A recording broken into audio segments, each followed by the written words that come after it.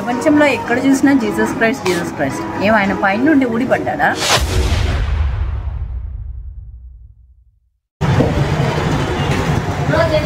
అతను పుట్టినప్పటి నుంచి చచ్చేంత వరకు ఒక తప్పు కూడా చేయలేదా?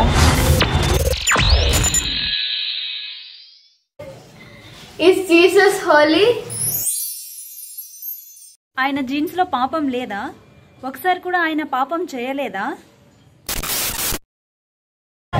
Is Jesus holy? యేసుక్రీస్తు పుట్టుకలో పరిశుద్ధత ఉందా? డేటింగ్ మేటింగ్ లేకుండా వర్జిన్ ప్రెగ్నెంట్ అయిందా? హౌ? హాయ్, హలో, నమస్తే. ఇన్ని ప్రశ్నలకు జవాబు కావాలంటే ఈ వీడియోని ఎండ్ వరకు చూడండి. ఒక ఉదాహరణతో ముందుకెళ్దాం. ఒక పురుషుడు ఒక స్త్రీ సంపర్కం వలన బిడ్డ జన్మిస్తుంది. మనుష్య జాతిలోనే పురుషుడు లేకుండా స్త్రీ జన్మనివ్వడం అసాధ్యం. కానీ కొన్ని కీటకాలలో లైక్ చీమలు, కందిరీగలు, తేనెటీగలలో ఆడజీవులు మగదానితో సంపర్కం చెందినప్పుడు శుక్రకణంతో కలిసిన అండాలు స్త్రీ జీవులుగాను, శుక్రకణంతో కలవని అండాలు పురుష జీవులుగాను జనిస్తాయి. అంటే fertilised ovums develops into females, unfertilised ovums develops into males. ఇలా శుక్రకణంతో కలవని అండం పురుష జీవిగా మారే పద్ధతిని పార్థినోజెనిసిస్ అంటారు. శాస్త్రవేత్తలు ఫలదీకరణం చెందని అండం నుండి జీవులు జనించడం గమనించి అండం లేదా ఓవం ప్రాముఖ్యతను గుర్తించారు. అండంలోకి ఏదేని జీవి యొక్క కణంలోని కేంద్రకంను ప్రవేశపెడితే అది విభజన చెంది ఆ జీవిని సంపూర్ణంగా తయారు చేస్తుంది. ఇదే క్లోనింగ్ అనే ప్రక్రియ. ఇయాన్ విల్మట్ అనే శాస్త్రవేత్త 1996 సంవత్సరంలో డాలీ అనే గొర్రెను మొట్టమొదటిగా క్లోనింగ్ ద్వారా సృష్టించాడు.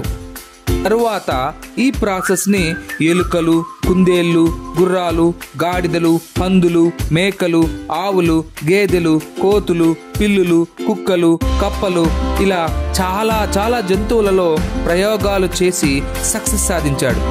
మనకు కావలసిన కాపీని ఎలా జెరాక్స్ చేస్తామో అలా అండం, గర్భాశయంను జెరాక్స్ మిషన్గా ఉపయోగించి కావలసిన ఎగ్జాక్ట్ కాపీ పొందడమే క్లోనింగ్. దాదాపు 2050 సంవత్సరాల పూర్వమే పరమ వైద్యుడైన పరిశుద్ధాత్మ దేవుడు క్లోనింగ్ ప్రాసెస్ లేదా అంతకు మించిన అద్భుతమైన పద్ధతిని ఉపయోగించారు.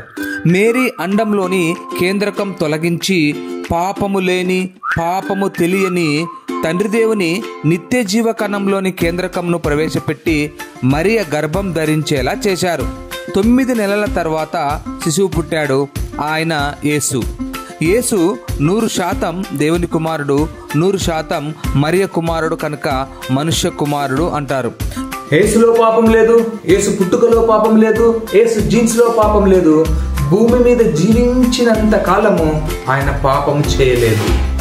పరిశుద్ధమైన మనుష్య కుమారుడిగా పాపులందరి పాపములను తన మీద వేసుకుని సిలువలో మరణించాడు. ఇది దేవుని ప్రణాళిక. కానీ పరిశుద్ధాత్మ దేవుడు మరణించిన 3వ రోజు తిరిగి ఆయన్ని పునరుత్థానంగా లేపాడు. ఎందుకంటే ఆయన నిత్య జీవం కనుక ఆయన 3వ దినమున లేచాడు.